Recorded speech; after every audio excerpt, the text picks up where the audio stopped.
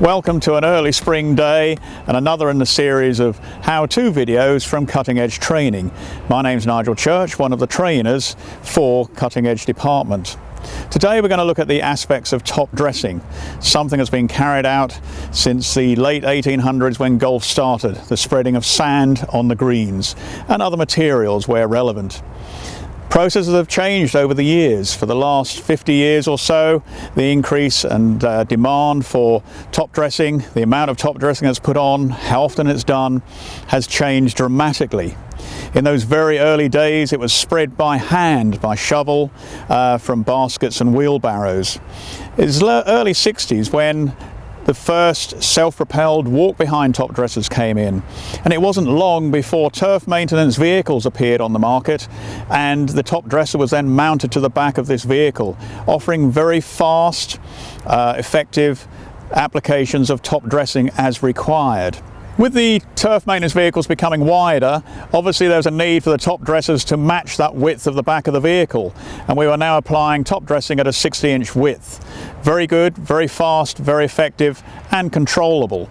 However, demands change yet again, and with regular requirements for light and often top dressings, the spinning disc top dresser certainly made an impact on the market, and many people use those today, with variable rates of application to meet the agronomic requirements of the relevant golf course and its greens. So what we'll do now, I'll walk over to Jamie, he's on the green, it's just been aerated, and we'll find out the next course of action to be carried out. So, Nigel, we're on the first green here, and you can see James, our greenkeeper, has aerated. Yes. So, aeration and top dressing, they go hand in hand. They go nicely together. So, now what we can do is dress. Okay. So, if you'd like to just pop off and set up that drop dresser for us. Yes. Just for a nice light dusting. Yes, okay. Just enough, we don't want to smother the surface. No. Just so the particles just sink into the grass, that'd be great. Okay. Excellent, thank you. No problem. So Nigel's talked at the start there about how the application of top dressing has changed over the years. But let's not forget, so is the agronomy side of it and what it does for us, the thinking behind what top dressing actually does to turf health and the playability of the turf. And of course how the demand of the golfer has changed over the years. We're at a higher demand than we've ever been. The pressure is on golf course managers and superintendents to mimic those surfaces that we see on golf courses on TV, like Augusta and St Andrews and such places. So it's a really important part of it. And of course some of those benefits, just to name a few, things like giving us a smoother, firmer, faster surface where we get a quicker ball roll. It aids drainage, it protects the crown of the plant from scalping at close mowing, and of course for me a big one is the control of thatch. You know, you've got your dark black here, your thatch at the top, and then your growing medium down the bottom. So before we go on to thatch, we're just going to look a little bit at particle size distribution and what that means to top dress and how that affects it. Because what we need to do before we top dress is actually we need to know what's in our soil profile. We have to make sure that we choose a material, whether it's sand soil, peat. We need to know that it's compatible. If it isn't, we risk layering the profile, and if we layer the profile, we're creating more compaction, more anaerobic conditions, which is stressful conditions, and also limited plant and root growth and development, which we can't have.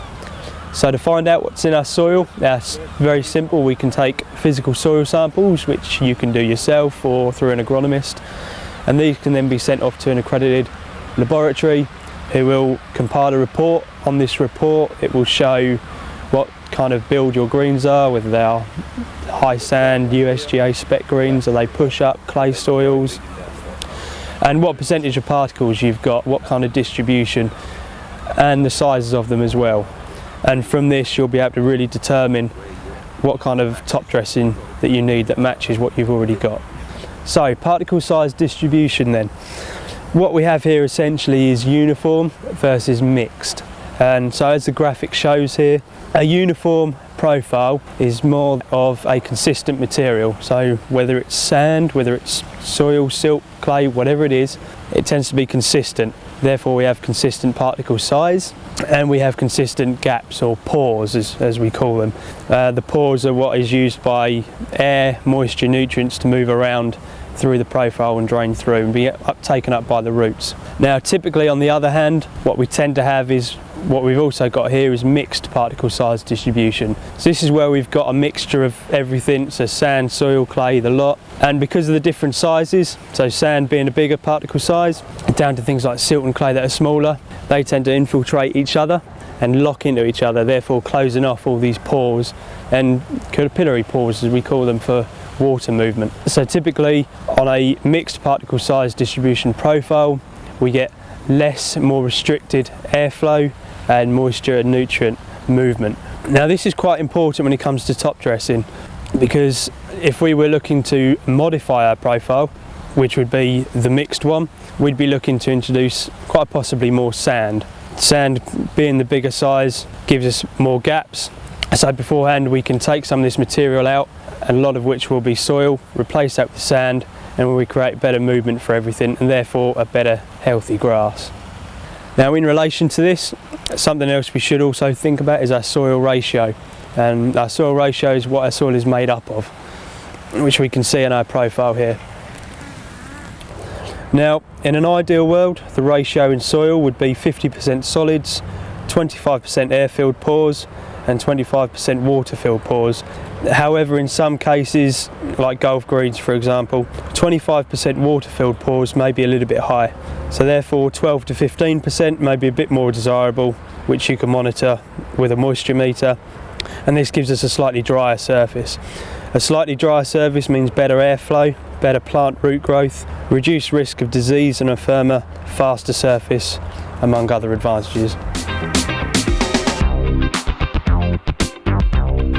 So thatch then, and here's a sample I made earlier. This is actually from our second tee behind me to my right here. This is actually a good example of what a thatch layer is, in quite a sufficient thatch layer. This darker material here is actually our layer, and it's retaining moisture, and of course with that it's holding nutrients and they're not reaching the roots. So then what the roots are doing are actually growing sideways like this, so now we're creating a thicker thatch layer holding more and more moisture and nutrients. So top dressing helps us break down this organic matter through microbial activity, or increasing microbial activity. And what that microbial biomass does is, in this profile, is help decompose and eat away at the matter and plant residues, or fresh plant residues. Now of course there has to be some amount of organic content, because we need a little bit of moisture retention, particularly in sandy soils like we've got now, where moisture and nutrients just drain away. A surface area with 1 or 2% organic content, that's acceptable. But when we start getting higher than that, that's when we've got too much, and top dressing lightly and frequently helps us keep a good thatch level control of that. Now then, I hear my colleague fast approaching. So you remember earlier Nigel went off to fill up the top dresser and just set that up and program it for a light application. So now what he's going to do is just do a couple of passes, because we don't have big greens here, in what is now a very modern way of top dressing.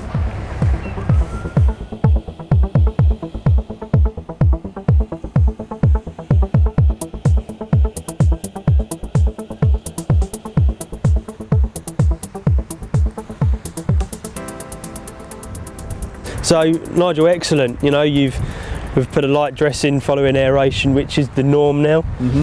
And you talked at the start of how advancements and technologies has changed in regards to top dressing. You've programmed that to do a light dressing, which we've done. We could go heavy if we wanted. Yeah, absolutely. Anywhere in between. You know, it depends on the warrants of that particular greenkeeper, that particular golf course. Yes.